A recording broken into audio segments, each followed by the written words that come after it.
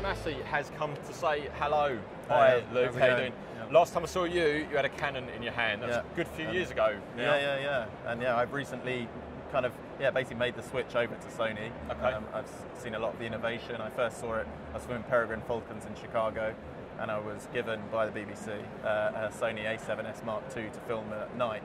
And I was blown away by the low light capabilities, and from there on out, as a wildlife photographer, you know, that's when dawn and dusk is when the action kind of happens. So I need a camera that can really cope with high ISO.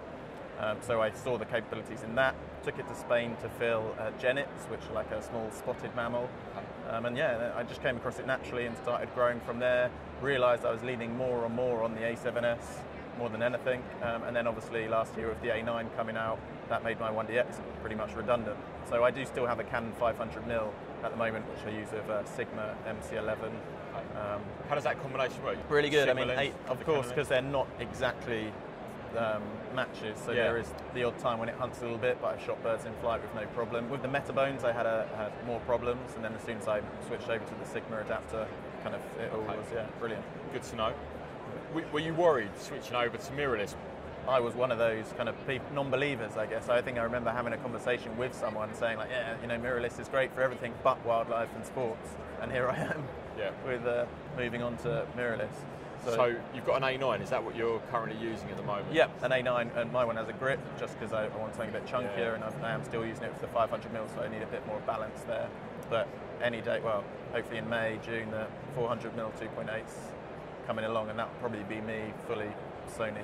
Cool. And you started out in stills photography, and now you're shooting. Are you shooting a lot more video now than stills? Or? It's around 60-40, but each year it kind of varies. It all depends what the projects I'm working on, and as you know, like the industry or photographic industry as a whole is changing so much, so I've needed to diversify, be it doing vlogs for people or vlogs for people, behind the scenes stuff which people really lap up, and it's a way of me getting the story out there, showing people what I'm doing. I mean, it's like kind of the 10 minutes at the end of your Blue Planets and stuff.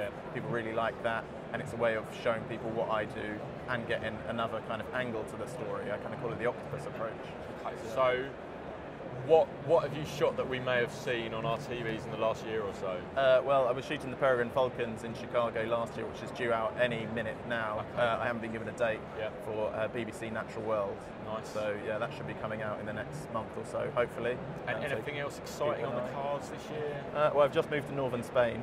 Oh, really? Which is quite exciting, and I'm going to be doing a project on the Iberian wolves, which call it. I'm just on the edge of the Picos de Europa National Park, which is a huge mountain area.